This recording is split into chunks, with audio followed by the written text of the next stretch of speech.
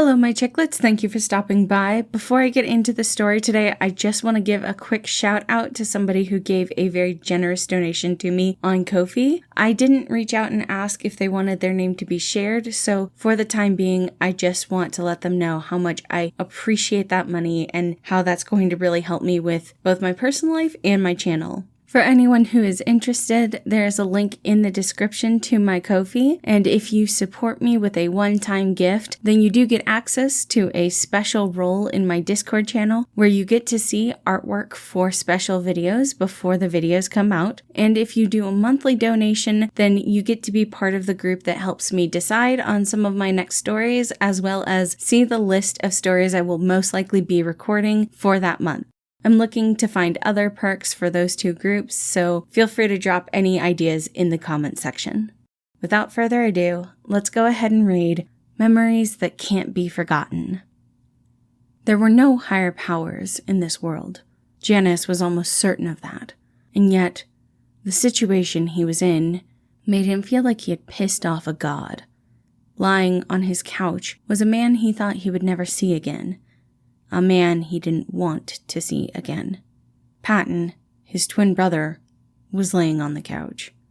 He didn't look nearly as prim, proper, and perfect as he had when Janus left home, though part of that was probably because Janus had hit him with a car. It hadn't been intentional, though convincing anyone in his old hometown of that would be impossible. What was Patton even doing here? Janus bit his lip as he sat in the chair across from the couch. What was his perfect brother doing here? He had left the house for a reason. After 10 years, he hadn't expected to be found or followed. Janus, are you okay, darling? His boyfriend walked out of their shared bedroom. Weren't you supposed to be going to work? There was a bit of a complication. Logan walked over to him, looking at the man on the couch before raising his eyebrow. Is that... Janus nodded. I don't even know how he found me, and I didn't hit him that hard, but I figured I needed to actually see if he was okay, rather than going into work. Do you think we should take him to the hospital? I don't think that's going to be a good option. I don't even know why he's here. What if he's running from our parents? You are both 28. They wouldn't have much claim on either of you. Hello? Both men's attention snapped to the couch, where Patton was slowly sitting himself up, holding his head. Oh, thank goodness you're awake, Janus muttered. What are you doing here? I don't know. What do you mean you don't know? Sorry. I really just don't know. I don't think I know who I am, either. Janus bit his lip, turning to look at his boyfriend. Logan raised his eyebrow. We really should get him to the hospital. Fine, he said, slowly walking over to Patton, holding out his hand. We are going to get you some help, he whispered. Okay.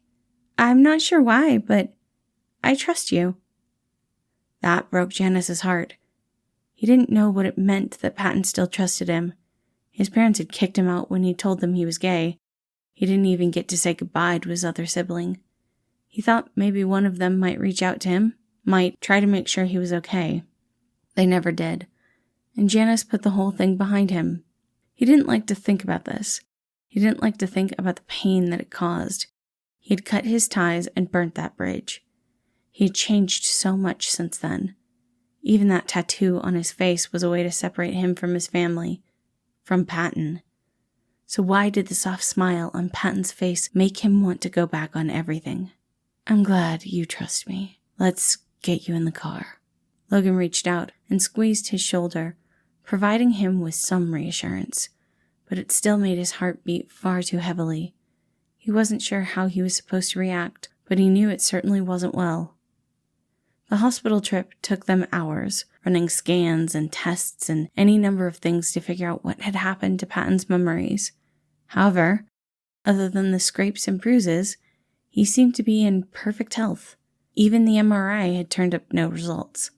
Love, why don't we take him home for the time being? I know that will put a damper on the book you're writing, but I really believe this is the right thing for us to do. Janus looked over to where Patton was sitting, a tight smile on his face. He could read his brother from a mile away. Patton was nervous and scared. Although I absolutely loathe this idea, I think you're right. He kept his voice quiet, and Logan reached out to him, gently stroking his face. I'm here for you. Figuratively. I'm going to go get the car, so I won't literally be next to you. The other man rolled his eyes. I got it. Now get out of here, nerd. Logan smiled back at him, kissing the top of his head before leaving to get the car. He loved Logan. They were still only dating, but Logan brought a real sense of truth and calmness to the relationship that Janus really needed. All right. Looks like we're taking you back home. Okay. Patton tried to sound chipper, but the edge of worry was still on his lips. What? It's just that you don't really want me going with you, do you? Janus had forgotten that Patton could probably read him too. Look, it's complicated. What do you mean? It's hard to explain. That's why it's complicated. Right. They stood there in awkward silence until Patton spoke up again. Is it normal for people to be this affectionate with their roommates? Janus's body tensed. He had never told Patton. He didn't want his brother to carry that secret, but he wasn't going to live in the shadows anymore. He's my boyfriend. Oh. It feels like it should be wrong, but it also feels right. I'm sorry, I really don't know how to explain it. You don't have to. Because Janus understood. He understood more than he wished he did. He desperately fought against who he was for a long time, but eventually, he knew. Nothing was going to change who he was, and honestly, he was so much happier now that he was honest with himself. I understand. Oh, thank goodness. But the thought of you hating me makes my heart squeeze up. But we weren't romantic. That feels really weird. Janus stood stone-faced, deciding whether or not he should explain, but the lost look in Patton's eyes made him cave. We were brothers. Were? You can't stop being brothers, silly. I'll always be your BBF, best brother friend. You are just as corny as you used to be. He had a hard time fighting the smile that wanted to cover his face. You smiled. That's the first time you've smiled since I woke up, Patton said excitedly. He was crying. Why am I crying? This is a good thing. I feel relieved. Years of missing his brother suddenly came back to him, and Janus launched himself at Patton, pulling him into a tight hug. He had no words to say, and he refused to break down in front of strangers. Come on, let's get you home. Yeah, Patton said, wrapping his arms around Janus. Home. I'm home. And they both knew Patton wasn't talking about a physical place. Thank you all for listening. Again, this one was Memories That Can't Be Forgotten. I do hope you all enjoyed it, and I hope you have a wonderful day.